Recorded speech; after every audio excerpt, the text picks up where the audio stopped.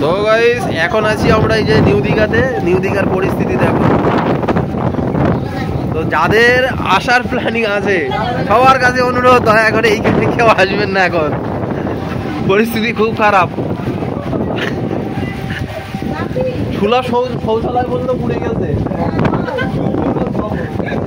খবর। আর এই যে আমার চাষতো ভাই দাঁড়িয়ে আছে।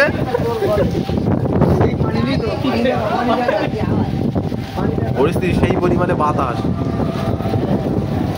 আবহাওয়া প্রচুর খারাপ। এইখানে এসে শুধুমাত্র ছাতা উল্টে গেছে,